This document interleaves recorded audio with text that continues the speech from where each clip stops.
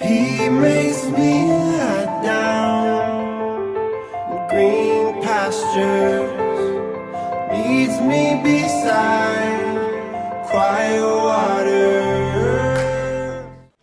You're all welcome. This is Mount Tabor.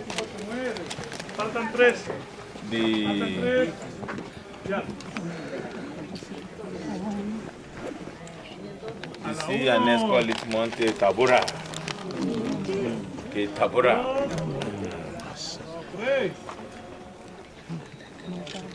Yeah, there is one along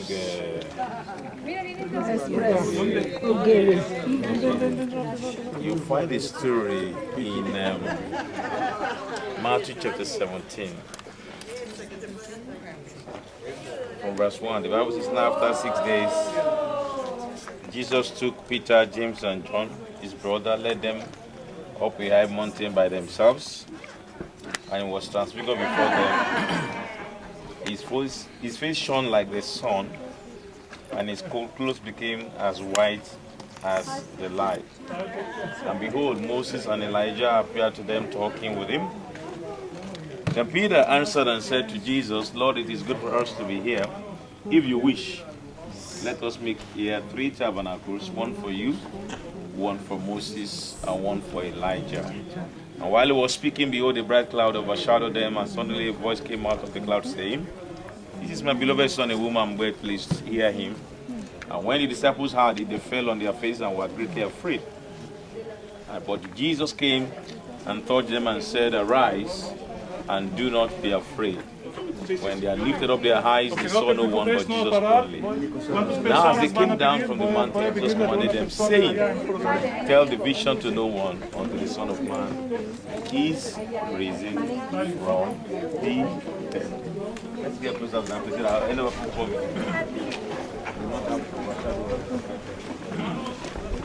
Now, on this one thing, you wonder, number one, when we are coming.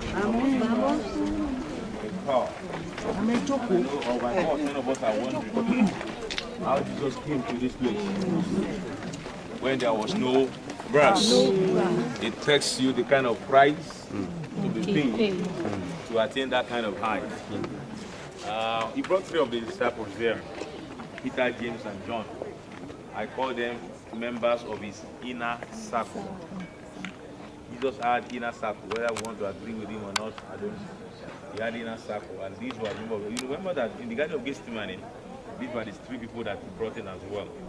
When he was to go and raise a child, these were the only people that followed him in. So they were very close to him.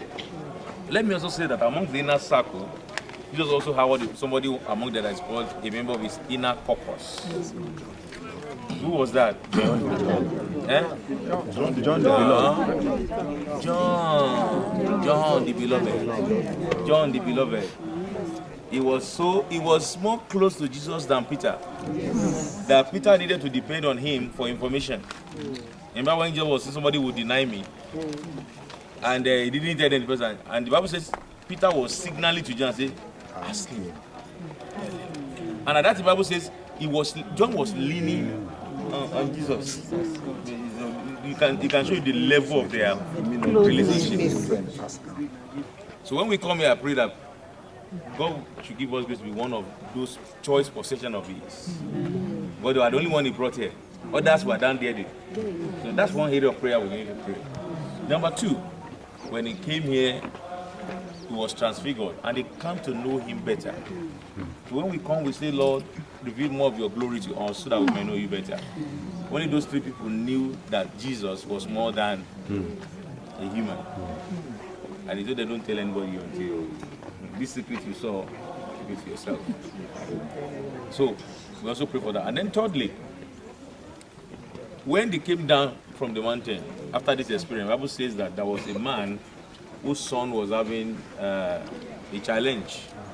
And the remaining 9 disciples they've been blowing tongues, blowing prayer, all to no avail. They were being disgraced. But the Christ came and said, this does not go except by prayer and fasting. And he rebuked that demon, he spoke to it, and it left the young man. When we come here, I also want people to pray that those stubborn problems, there are some issues we've prayed about, we've fasted, we've done everything humanly possible to do about them. They have defied those men. That God will give us grace, having come to this mountain, as we descend, that those things will bow and they will listen. So let's thank God for coming to this mountain and this voice.